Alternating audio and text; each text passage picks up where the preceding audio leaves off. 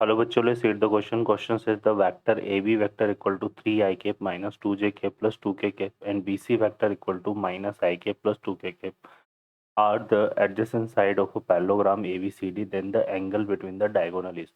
Option है हमारे पास cos inverse under root of 1/√85. Second option है pi minus cos inverse under root of 1/85. Third option है cos inverse 1/2√2 and fourth option है cos inverse under root of 3/10. Solve करते हैं बच्चों question को. इस क्वेश्चन के लिए जो की कॉन्सेप्ट है वो देख लेते हैं पहले यहाँ पे. की कॉन्सेप्ट. तो बच्चों की कॉन्सेप्ट में हम क्या यूज़ करेंगे कि अगर हमारे पास कोई पैरेललोग्राम है इस तरह से, ठीक है, और इसको हमने बोल दिया A B C and D, ठीक है. अब यहाँ पर इसके दो एडजेसेंट साइड के वेक्टर हमें गिवन है ना. तो ए बी वेक्टर जो है उसको हमने ले लिया ए वेक्टर, और यहाँ पे जो बी सी वेक्टर है, ठीक है, इसको हमने क्या ले लिया यहाँ पे बी वेक्टर, ठीक है.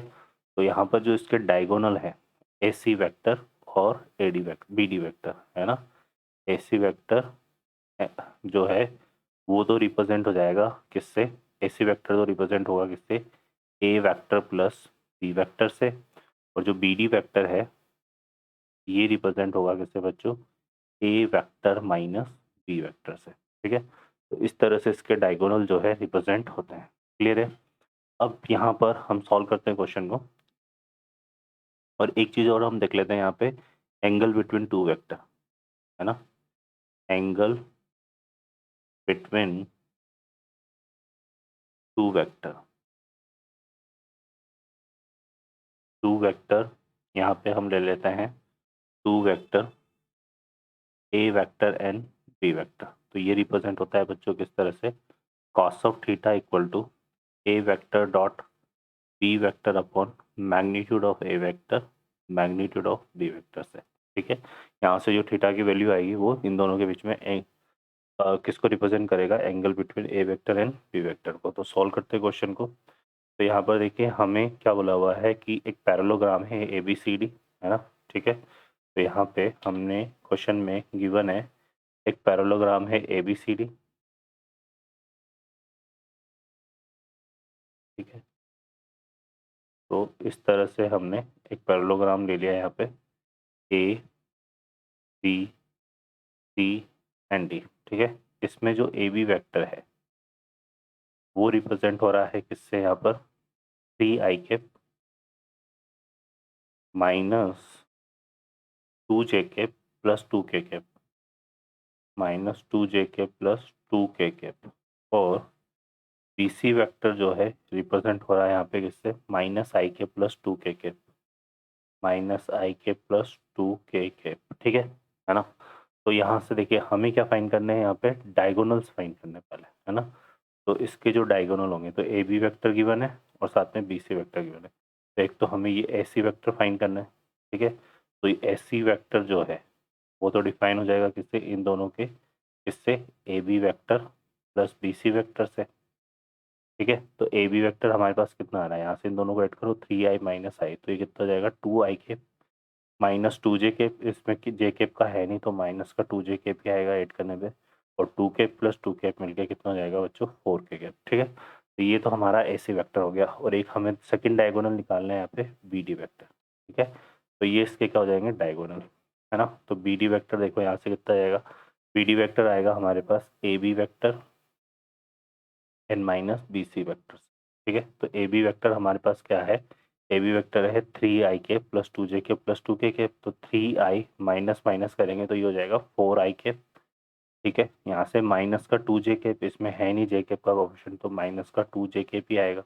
और 2k cap minus 2k cap करेंगे तो k केप वाला कॉफिशेंट k केप वाला टर्म हट जाएगा. तो ये आएगा 4i माइनस 2j के. तो ये आएगा इसके डायगोनल, ठीक है ना. क्लियर है ना. तो ये क्या हो गया बच्चों, यहाँ पर ये डायगोनल हो गए है ना. क्लियर है. तो ये एस सी वेक्टर है और ये जो बी डी वेक्टर है ये दोनों क्या है यहाँ पे, डायगोनल ऑफ पैरेललोग्राम.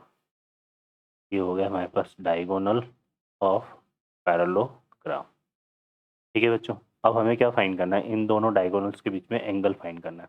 तो यहाँ पे हमें फाइंड करना है angle between AC vector and BD vector. तो ये आ जाएगा हमारे पास, इससे रिप्रेजेंट होगा AC vector dot sorry equal to, ये रिप्रेजेंट होगा हमारा इक्वल टू, ये रिप्रेजेंट होगा cos of theta equal to AC vector dot BD vector upon में यहाँ पे आ जाएगा क्या, अपॉन यहाँ पर आ जाएगा बच्चों कितना हमारे पास, ये आ जाएगा AC vector dot BD vector upon, और क्या आ जाएगा AC magnitude of AC vector magnitude of BD vector. ठीक है बच्चों, तो इन दोनों का डॉट प्रोडक्ट करेंगे तो देखो क्या आ रहा है यहाँ से, तो ये बनेगा हमारे पास cos of theta equal to, है ना। अब AC वेक्टर को देखें यहाँ से, तो ये कितना हो रहा है हमारे पास, ये आ रहा है और ये आ रहा है, तो 2 इंटू 4 ये करेंगे, है ना। डॉट प्रोडक्ट में ये होता है, आई कैप का आई पेप के साथ होगा, तो 2 इंटू 4 कितना हो गया 8। यहाँ से करेंगे तो यहाँ पे कितना है माइनस का 2j, है ना, तो 2j ये दोनों मिलके कितना हो जाएगा 4, तो ये प्लस का 4 आ जाएगा, है ना। और यहाँ पे देखो के कैप है और इसमें के कैप का कॉफिशिएंट नहीं है, तो यहाँ पे लिखेंगे भी तो कुछ इस तरह से लिख सकते हो, तो 4 इंटू 0 0 ही आएगा। ठीक है, अपॉन, अब हम बात करेंगे मैग्नीट्यूड ऑफ AC वेक्टर, तो AC वेक्टर का मैग्नीट्यूड क्या होगा, ये हो जाएगा अंडर रूट ऑफ 2 का स्क्वायर माइनस 2 का स्क्वायर, तो 2 का स्क्वायर ही लिख सकते हो उसको, है ना। और एक यहाँ पे क्या इतना आ रहा है +4, तो 4 का स्क्वायर।